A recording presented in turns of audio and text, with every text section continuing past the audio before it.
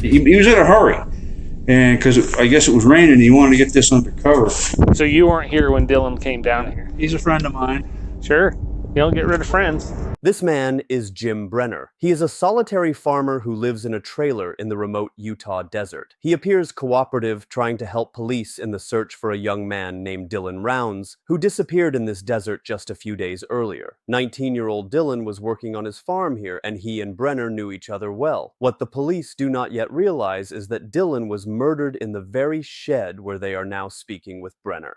I told that kid to stay the hell out of Montello. But that whole town, it's a crazy place. Some other guy pointed a gun in my freaking face. It all began with a call to the police. A concerned woman reported that her son Dylan had gone missing from his farm in Utah. He had not been answering calls for more than 2 days, so his relatives went to his property to check on him, but they could not find him anywhere. A sheriff's deputy was dispatched to meet with the family and take their statements. On his way, he was stopped by Dylan's neighbor, who claimed to know what had happened to him.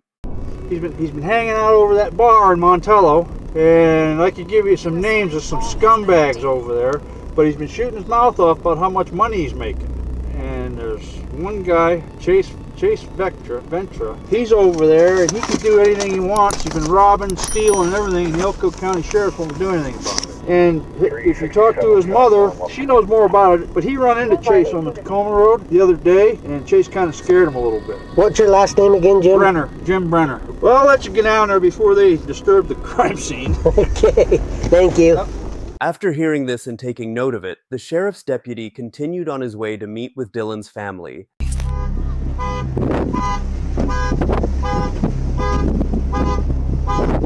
No guns in there. No guns in there? Like he said, he has a 40 that he puts in the door or the side.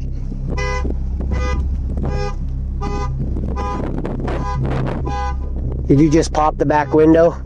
I broke it out. While Dylan's father was concerned about his missing handgun, his mother recalled a conflict she had heard about between Dylan and a local criminal figure. What does he farm for out here? Himself. What does he farm for? Grain or? Yeah, grain. Grain? Yeah. James stopped me when you guys went around me, was talking to me. He said that you knew something about a run-in he had with a guy named Chase? Yeah, on Wednesday, but they told me that's normal, so...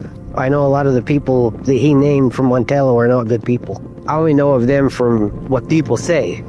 Dylan's mother confirmed the neighbor's account that he had crossed paths with Chase Venstra. Dylan often visited rough local bars, putting himself at risk, as these places were frequented by people with a criminal past. His ambition and confidence sometimes provoked tension with them. After speaking with Dylan's mother, the sheriff's deputy noticed that neighbor Jim Brenner had returned to offer his assistance once more. This time, he was accompanied by his close friend, Donald Hately, who also volunteered to help. Hately knew Dylan's family and was also a friend of Brenner.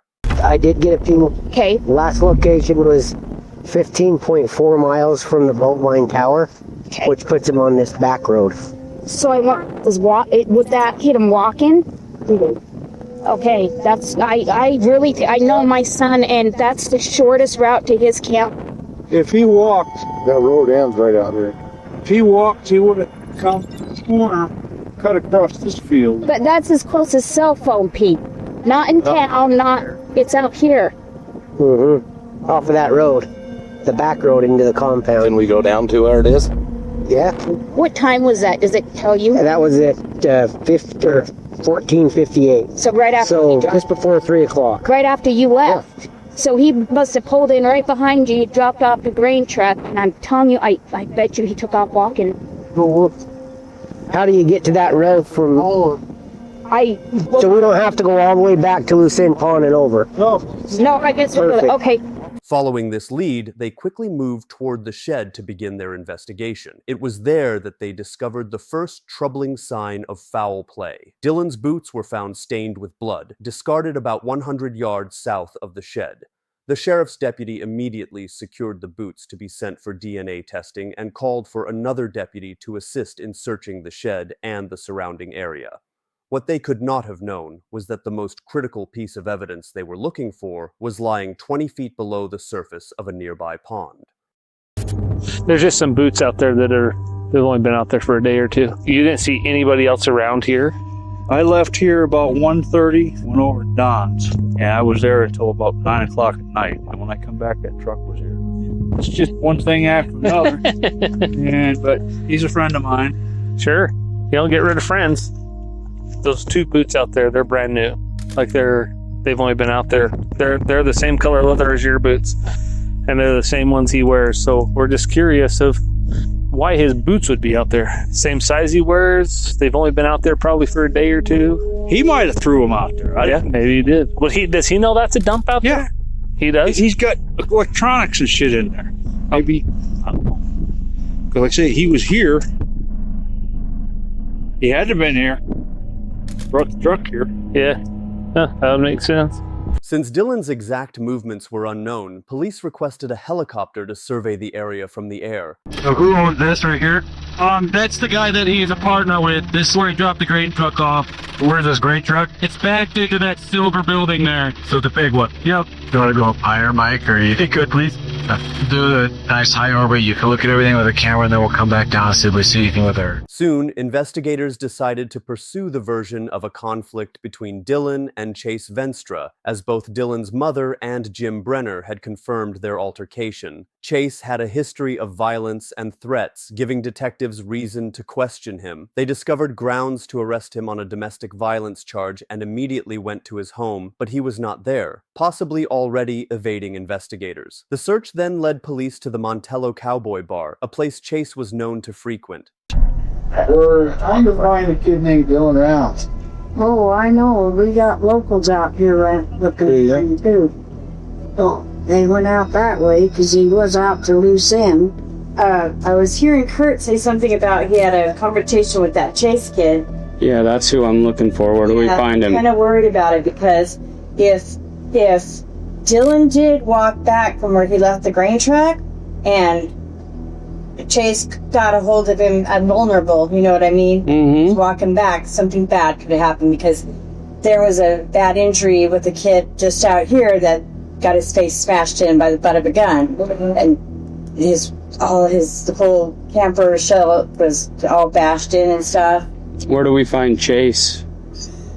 Is he from here? Does he live here? Yeah, he does. He doesn't. He's from around here. This is where he hangs out. He was staying out here, and he was... Where was he staying at? Big thief in town, and so everybody was after him, and they finally told him to get the hell out of town and stay there. Of course, he came back because he was just seen out here. Everyone spoke about Venstra in a way that suggested he could have posed a real threat to Dylan. Up to this point, Dylan was officially considered missing, but police began to suspect that he might no longer be alive, and that someone, possibly Chase Venstra, may have been involved. Why was Chase and him having an issue, do you know? So Kurt told me, and I was overhearing part of the conversation, saying that Dylan was just driving down the road and Chase stopped him. And so, hey, got some water.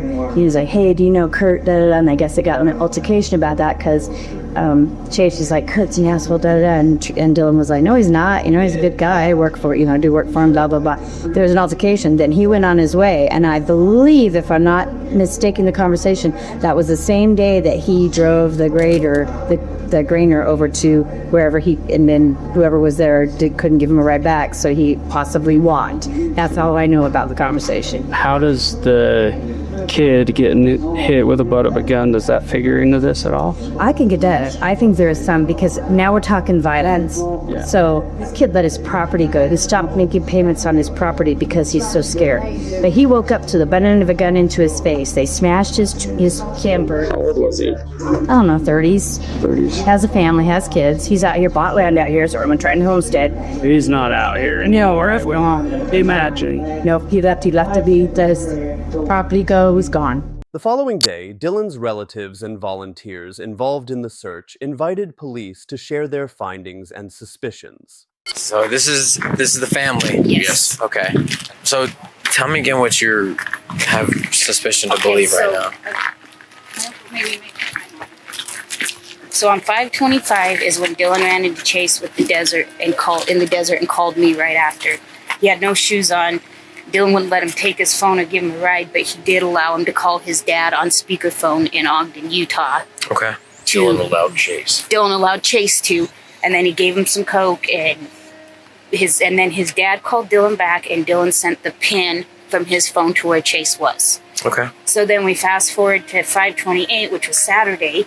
Dylan was heard from in the morning. He talked to his grandma, and he was going to take the grain truck to the shed to put it in shelter because it was raining.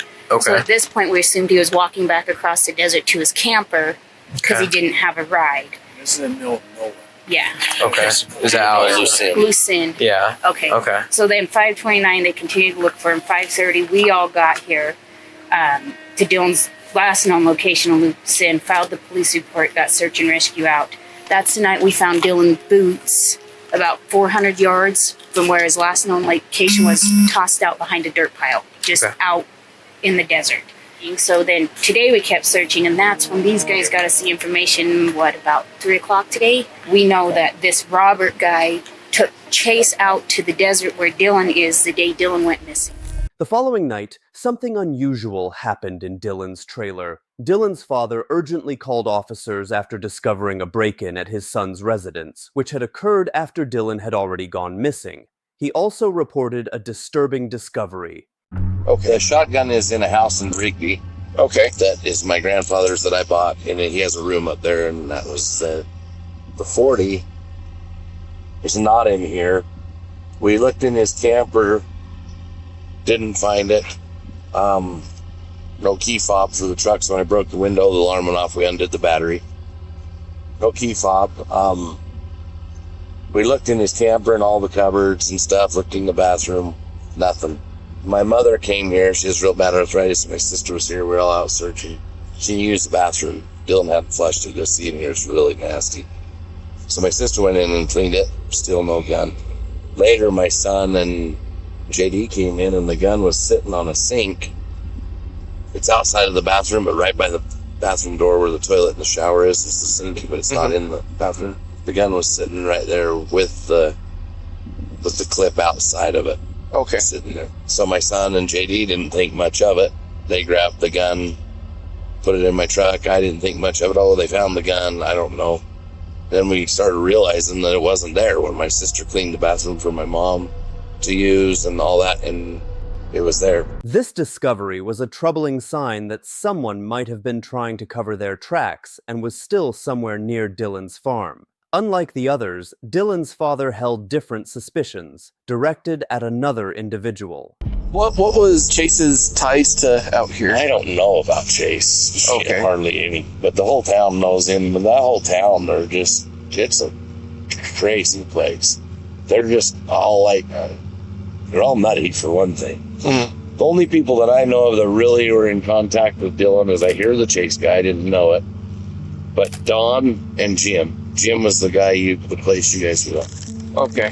Jim came out here and helped. Jim came to Rigby, where I live. I live in Rigby in Idaho Falls area.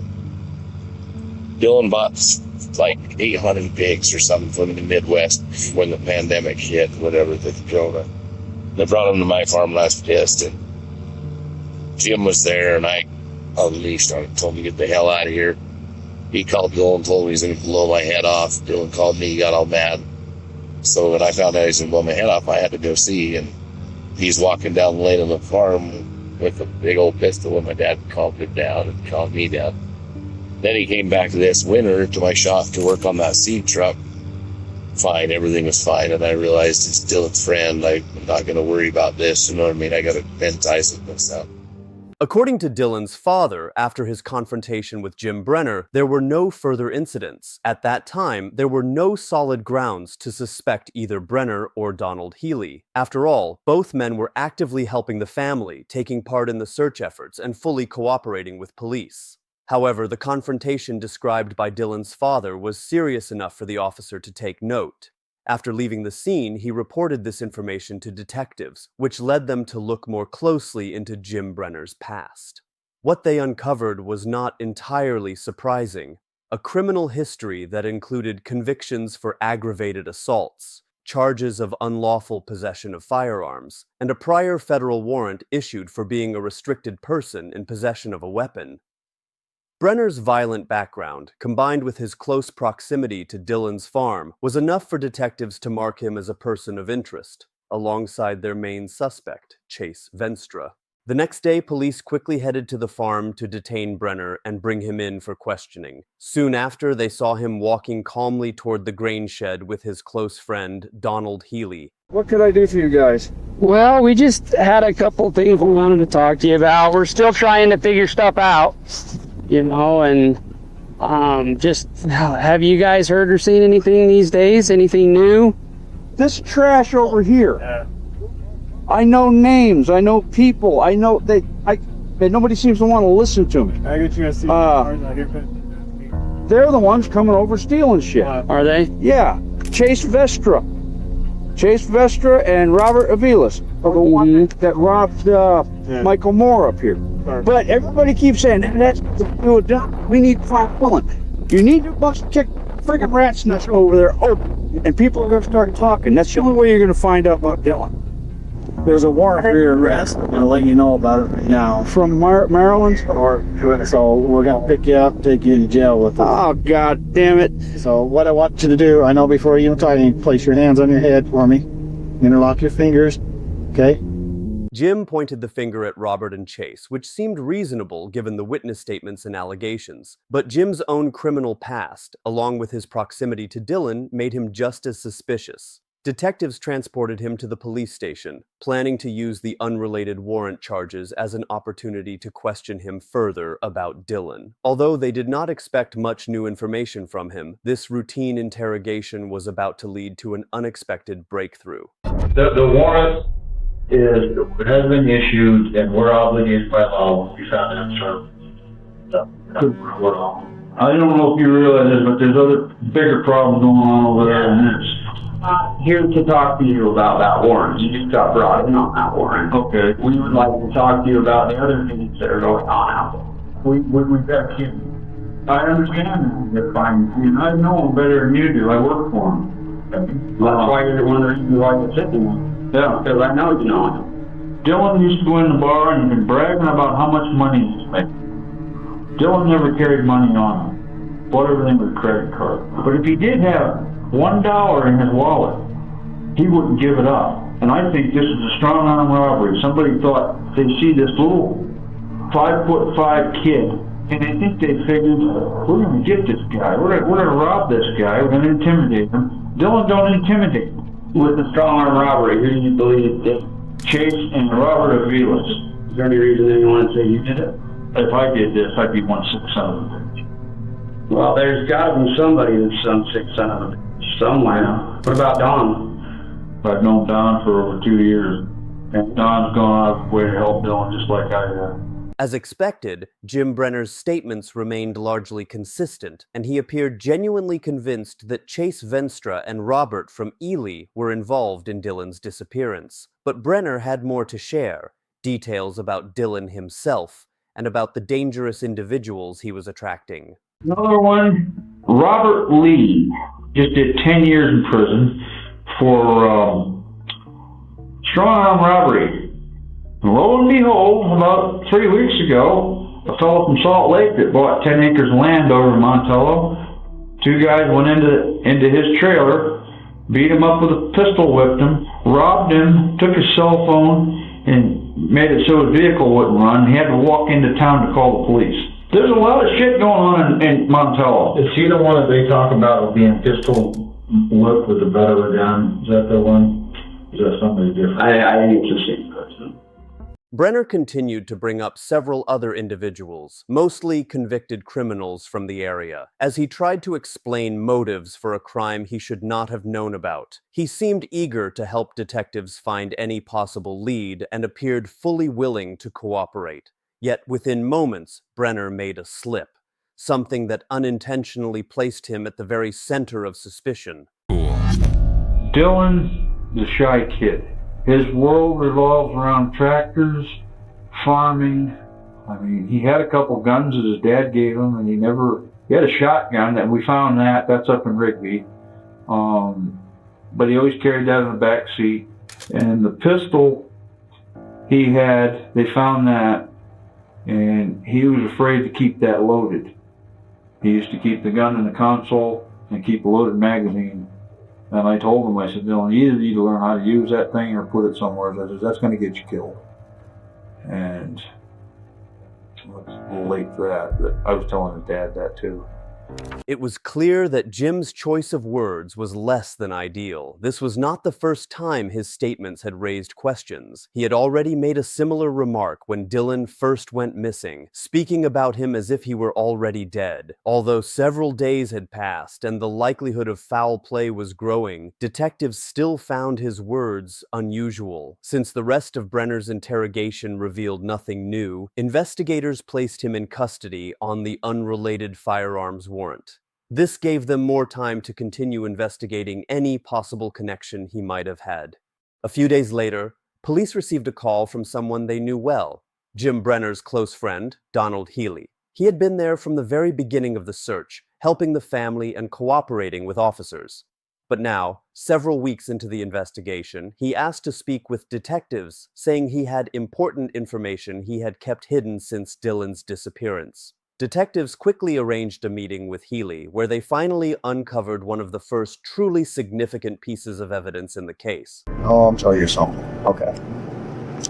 I really don't think it has anything to do with anything. You guys found ammunition and stuff with Jim's. Yeah. And using white powder and fits in the stick. Yeah. But he figured that would be a reason to poke you or some stick or say whatever, so he brought us black collar rights and sold us black collars. Okay. Thank you. I appreciate that. Where are those? I put one behind my bed, my bedroom, and the other one's laid up in the corner next to the table on the couch. When did he bring them? After Dylan? Oh yeah, definitely after. Why? Basically safety.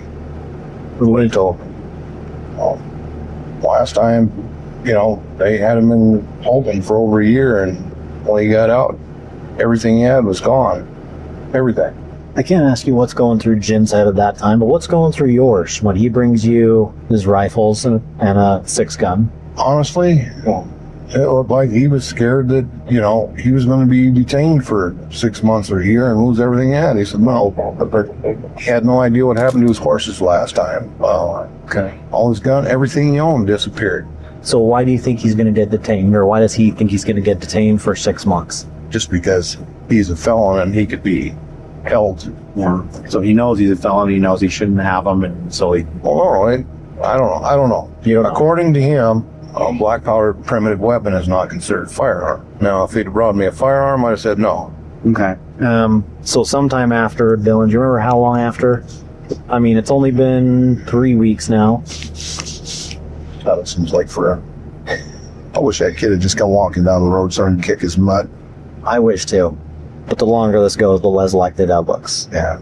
Jim Brenner was charged with an additional count of firearm possession, which allowed authorities to keep him in jail while the investigation continued. However, detectives still had no concrete evidence against anyone, and the crucial DNA results from Dylan's blood-stained boots found near the shed had not yet come back. It seemed the case might reach a dead end. A year passed, during which detectives made quiet progress, including important DNA findings. Yet there was still no trace of Dylan himself, and no one had been held accountable. That changed in December 2023, when investigators received a call that shifted everything. Jim Brenner's cellmate, who had spent several months in the same cell, claimed he knew exactly what had happened to Dylan. Detectives quickly arranged an interview. Mr. Broad, how are you doing, sir?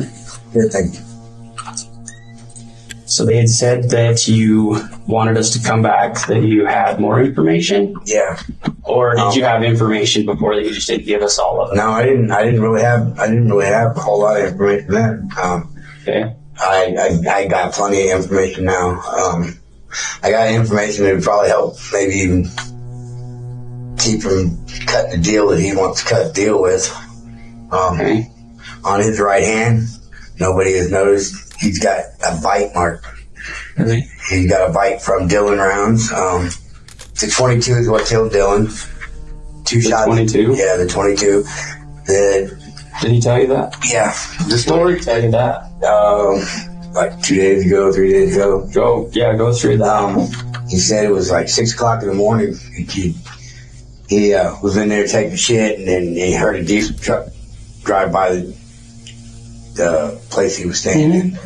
And when he got out there, he had his 45, a gun that he put in a fold-over holster. And Dylan had picked it up off the sawhorses that he'd thrown his stuff all around, moved it up so he could put the truck in the shed. To the shed, okay. Yeah. And Dylan was holding the 45, and he said he got really pissed off at him and started yelling at him and telling him get the fuck out of there. And Dylan took the gun and fired it right beside his ear. That's why he can't hear out of his right side ear. And he said he grabbed for the gun and was fighting for it.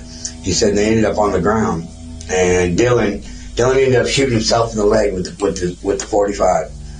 And then he said that while they were fighting, the gun got fired like 2 or 3 times. He said there's a bullet hole in the side of the building out there you can see. He said when you guys was out there talking to him and standing in the shed or something, standing out there, he said he was sitting there looking at it. And then he showed me a scar on his thumb too, where he had stuck his hand in the gun that was trying to keep Dylan from firing it again, but he was clicking it, his whole right hand was damaged at one time. Okay. But the bite mark is evident, very seeable, and the body is somewhere right there close by. He said he's seen tire marks over it where you guys have been driving. Somebody had been driving on it. Did he give you any indication of where? There's a lot of country out there. Yeah, he said it's in the high desert. Did he say that it was close to where he killed him? Yeah, it's close. It's close somewhere there where he killed him. He gave like a 25-mile circumference. Oh, so quite a ways. Yeah. Okay, so he heard Dylan drive by in his truck. Dylan had backed the truck into the grain shed. No, he said the truck was still parked out. So it wasn't backed in yet. Yeah, no, it wasn't backed in, and that's when they had the fight. They had the fight and they were going on in there. He said that the round on the gun got turned. He said he heard it turn. Like it was a revolver? Yeah, it was a revolver. He said he got to the chance where Dylan had let quit biting him on his wrist. He had latched onto him, and he said he got up and he took off out, and that's when he got to 22. Dylan told him to bring his ass back in there, or he was going to shoot the horse. The horse was standing outside. Into the grain shed? Yeah. Talking about? Okay. The horse was standing out there eating grain out of the back of the truck. And then, from what you're saying, did he run back to the trailer and get the 22? He said it was behind the bags, some grain bags. He said he took 3 shots at him, and they're all headshots. He said one of them grazed Dylan on the side of the face.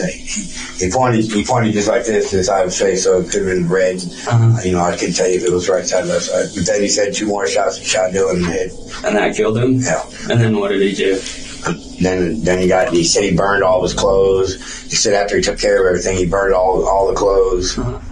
The revelations from Brenner's cellmate were nothing short of chilling. According to him, the deadly confrontation began when Brenner grew frustrated with Dylan for constantly using the shed, a space Brenner considered his own. After killing Dylan, Brenner tried to erase the evidence. He loaded Dylan's body onto an excavator and buried him deep in a remote patch of desert. He then hid the gun with Donald Hatley and tossed Dylan's phone into a nearby pond, unaware it carried devastating proof of his crime. Alongside this confession, detectives turned to the DNA results from Dylan's blood-stained boot.